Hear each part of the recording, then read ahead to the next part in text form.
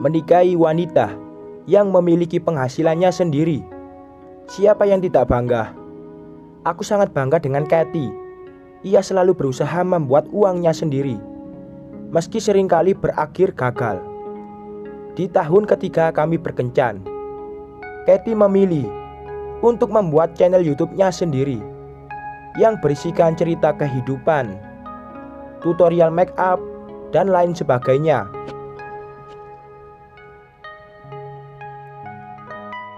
Ia sangat senang melihat angka subscribernya bertambah. Tiap kali ia membuka channel itu, Katy selalu menceritakannya padaku dengan antusias. Meskipun aku kembali dengan wajah yang sangat lelah setelah membicarakan soal channel itu, biasanya Katy akan membahas tentang pernikahan kami yang sudah dijadwalkan 1 tahun sebelumnya.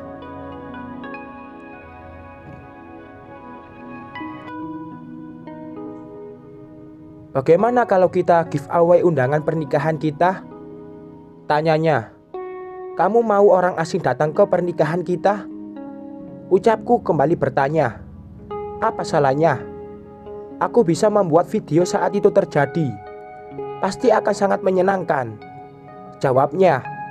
Baiklah, terserah kamu saja, sahutku. Aku harus mulai terbiasa dengan Katy yang selalu membawa kamera kemanapun kami selalu pergi. Terbiasa juga dengan tatapan asing dari orang-orang yang kami temui, bahkan di pinggir jalan sekalipun. Tidak berkomentar menjadi cara untukku menghargai semua yang ia lakukan, meskipun itu artinya harus mengganggu sedikit privasiku.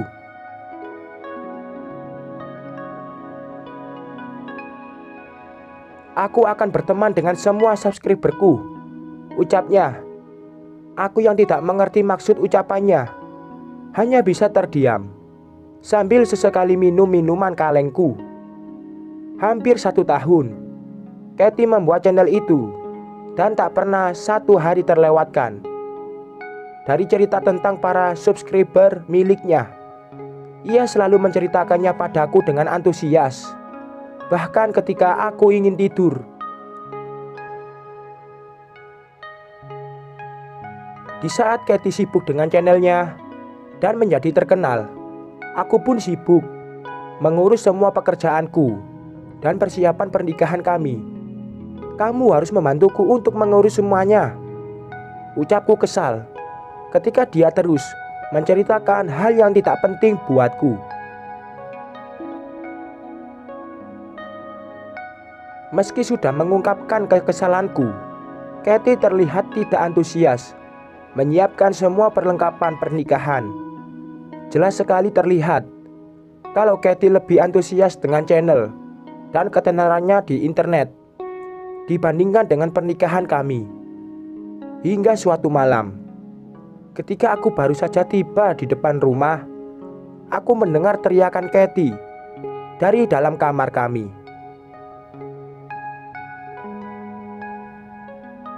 Tanpa berpikir panjang, aku langsung membuka pintu yang kebetulan tidak dikunci dan berlari melompati banyak anak tangga. Ada apa? Tanyaku saat melihat Katy yang menutup mulutnya sambil memandangi laptop.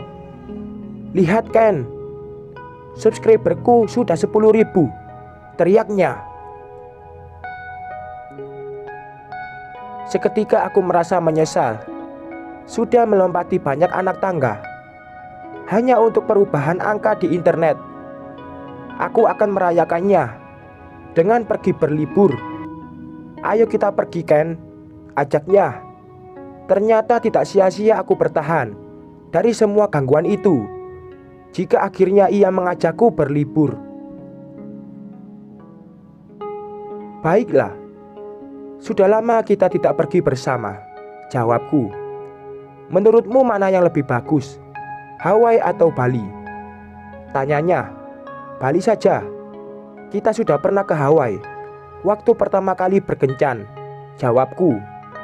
Oke, aku akan mencari tiket ke Bali, sahut Katy yang mulai kembali berkutat sama laptopnya. sementara aku harus pergi ke kamar mandi membersihkan diri. Hari yang ditunggu pun akhirnya tiba.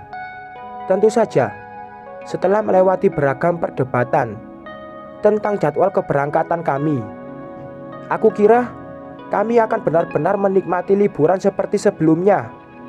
Tetapi ternyata Katie tetap membawa kameranya dan merekam apapun di sana. Kamera itu seakan separuh dari nyawanya sekarang. Dan lagi-lagi aku hanya bisa menikmati sedikit waktu untuk bersantai bersama tunanganku. Catat, hanya di malam hari, usai liburan, subscriber Katie meningkat cukup pesat. Dan entah dapat ide dari mana, ia memberitahu alamat kami, lalu mengundang mereka semua untuk datang.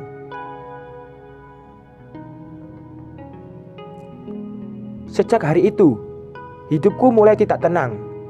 Setiap hari, rumah kami selalu ramai dan orang baru terus berdatangan. Aku tidak lagi bisa beristirahat dengan tenang jika Katie terus mengundang mereka semua untuk datang. Kamu tidak bisa seperti ini terus. Aku tidak lagi punya privasi sekarang, ucapku kesal. Jangan terlalu kasar, Ken. Aku sudah memutuskan untuk tidak mempunyai rahasia dengan mereka, jawabnya. Mungkin pesta itu memang menggunakan uang dari Katie, tetapi rumah dan privasiku juga ikut ia gadaikan demi ketenarannya di internet.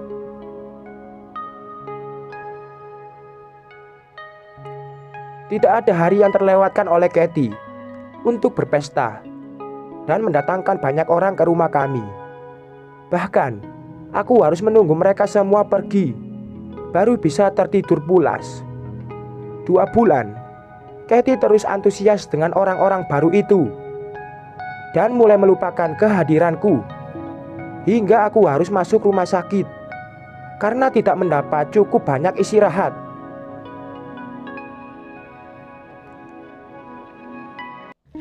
Di rumah sakit, aku baru merasakan kedamaian. Suasana yang sangat kurindukan 2 bulan belakangan. Berbaring, mendengarkan musik, tertidur pulas tanpa gangguan, merupakan hal paling membahagiakan untukku saat itu. Ada satu perawat wanita yang memperhatikanku dengan teliti. "Apa kamu calon suami Katie?" tanyanya. Aku melirik perawat itu dengan tatapan takut. "Oh tidak," jeritku dalam hati. Hahaha, wajahmu kenapa?" tanyanya. "Tolonglah, aku baru saja bisa mendapat kedamaian di sini," jawabku. Perawat itu tampak melihat ke sekelilingnya. "Di sini? Di rumah sakit?" tanyanya. Dan aku hanya menganggukkan kepala sebagai jawaban. Bukannya di sini jauh lebih berisik, dengan bunyi alat pernapasan, roda ranjang yang berjalan, langkah kaki yang cepat, dan bahkan teriakan banyak orang kesakitan, jawabnya.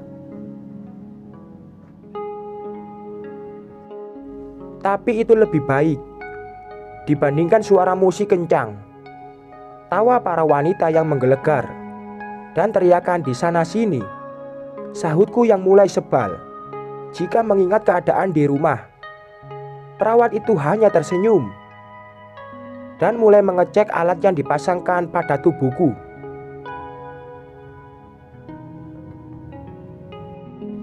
Satu minggu berada di rumah sakit membuat suasana hatiku jauh lebih baik.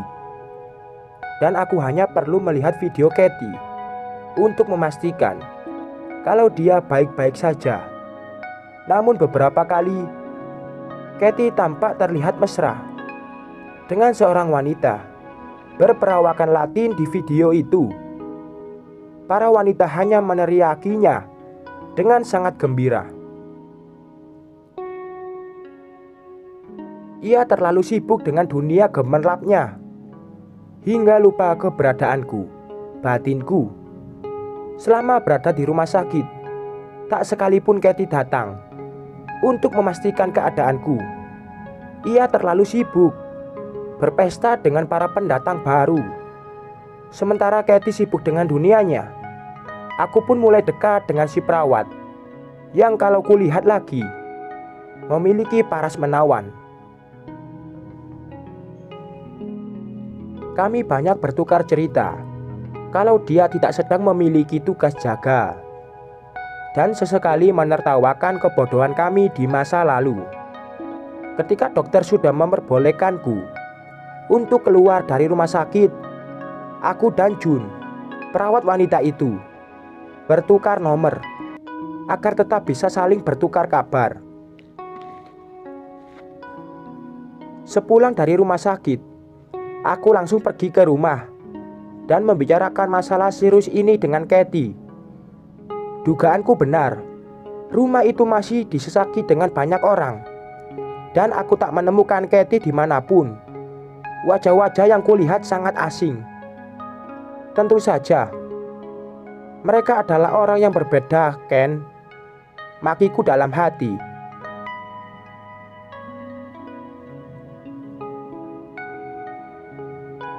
Aku pun akhirnya memutuskan untuk mencari Kathy ke kamar. Mungkin dia sedang beristirahat, pikirku. Tetapi setelah pintu itu terbuka, aku justru menemukan Kathy yang tidak mengenakan sehelai benang pun. "Apa yang kamu lakukan di sini?" tanyaku, menyela aktivitas mereka. "Ken, ini bukan seperti yang kamu pikirkan." "Aku mabuk," jawabnya. "Keluar dan usir mereka semua dari rumahku sekarang," teriakku, hingga berhasil membuat kebisingan itu berhenti. Hanya alunan lagu yang terdengar dari pengeras suara, dan satu persatu mereka pergi meninggalkan kekacauan itu di rumahku.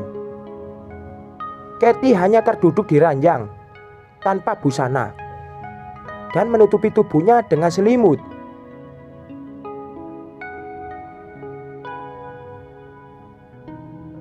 "Kamu juga harus pergi dari sini. Aku tidak akan menikahimu bersama 17.000 pengikutmu. Pernikahan kita batal. Berpakaian dan bereskan semua kekacauan. Kamu punya waktu 6 jam untuk meninggalkan rumah ini," ucapku. Aku tak lagi melihat wajah Kathy dan berbalik memunggunginya, lalu keluar dari rumah itu.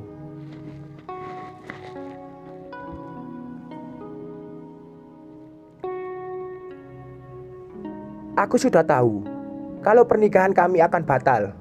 Tepatnya, akulah yang membatalkannya. Kejadian di rumah sakit membuatku tersadar kalau Kathy tidak menganggapku lebih penting daripada dirinya dan ketenaran yang sedang ia rasakan.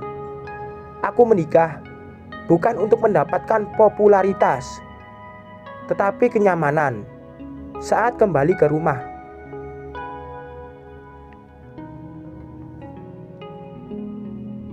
Dengan sengaja aku menghubungi Jun karena teringat kalau jam kerjanya sudah habis.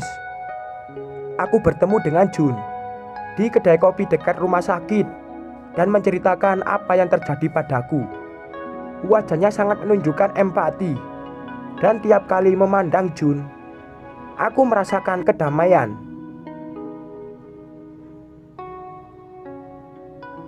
Sejak saat itu, aku mulai lebih sering mengunjungi Jun dan pergi dengannya. Secepat itu aku melupakan Kathy? Mungkin iya, karena sebenarnya sudah cukup lama aku merasa kalau dia bukanlah orang yang sama dengan wanita yang membuatku jatuh cinta. Sekian